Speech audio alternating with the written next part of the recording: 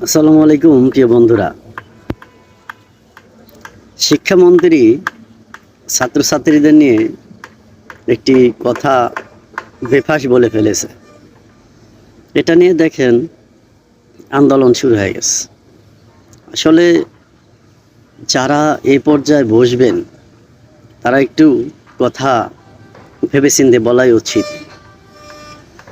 যে কোনো সময় যেভাবে যে কোনো কথা বলা উচিত না। তাতে দেখেন আজকে কি পরিস্থিতি হতে যাচ্ছে। আর যেখানে আপনার পদত্যাগ যাচ্ছে ছাত্রছাত্রীরা, একটু ভেবে দেখা উচিত।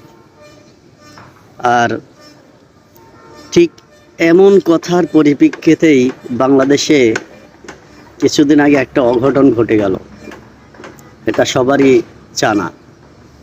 এজন্যে কথা যেই বলেন একটু ভেবে চিনতে বলতে হবে, কারণ এই সেম ঘটনা পুনরাবৃত্তি এই দেশে না হোক, এদেশের মানুষ এটাই চায়। কারণ এতে এদেশের জনগণেরই ক্ষতি হয়, সর্বশেষ এদেশের জনগণেরই ক্ষতি হয়, আর কারণ আর এই দেশ পিছিয়ে যায়, অনেক পিছিয়ে যায়।